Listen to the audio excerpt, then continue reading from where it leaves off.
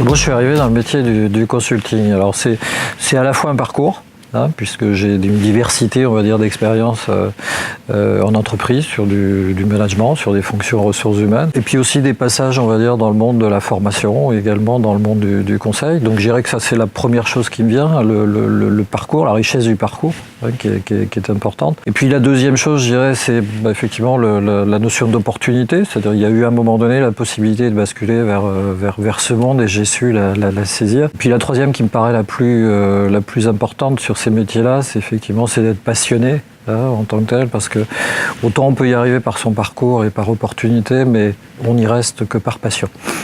Pour devenir un bon consultant, je pense qu'il y a plusieurs choses. La première, c'est la richesse de vie, la richesse du parcours en tant que tel, qui est quelque chose d'extrêmement important, parce qu'on va rencontrer dans notre métier des gens d'origine et de parcours extrêmement différents, dès lors qu'on intervient ce que j'appellerais dans le conseil en entreprise. Et puis après, j'y rajouterais quelque chose qu'on utilise, chez nous, au niveau du cabinet, qui est le concept ECM, c'est-à-dire c'est l'expertise par rapport au conseil qu'on délivre. Le C étant chez nous tout ce qui est la partie, on va dire, commerciale au sens large du terme.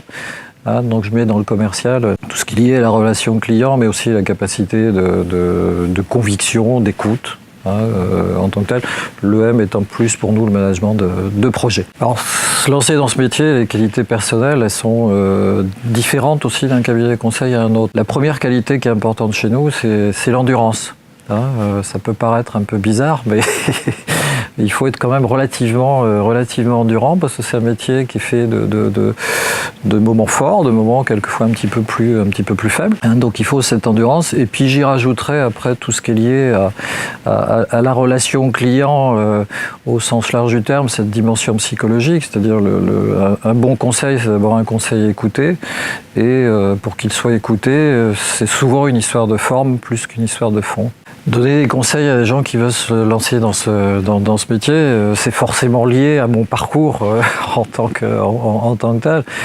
Je dirais, moi, d'avoir une richesse de parcours, de varier ce que j'appellerais les expériences. Ça me paraît quelque chose d'important, encore une fois. Il n'y a pas de bon conseil sans richesse personnelle et sans richesse intérieure. Et puis de cultiver son expertise, c'est aussi quelque chose d'important, parce que effectivement, c'est la matière première, ce que j'appellerais du conseil. Le regard que porte le chef d'entreprise sur le métier de consultant, il est lié souvent à l'historique du chef d'entreprise, à des chefs d'entreprise qui sont plutôt dans les modes de fonctionnement, ce qu'on appelle dans notre jargon à nous, soit forts, ont un petit peu de mal avec les consultents, parce qu'ils préfèrent souvent faire par eux-mêmes.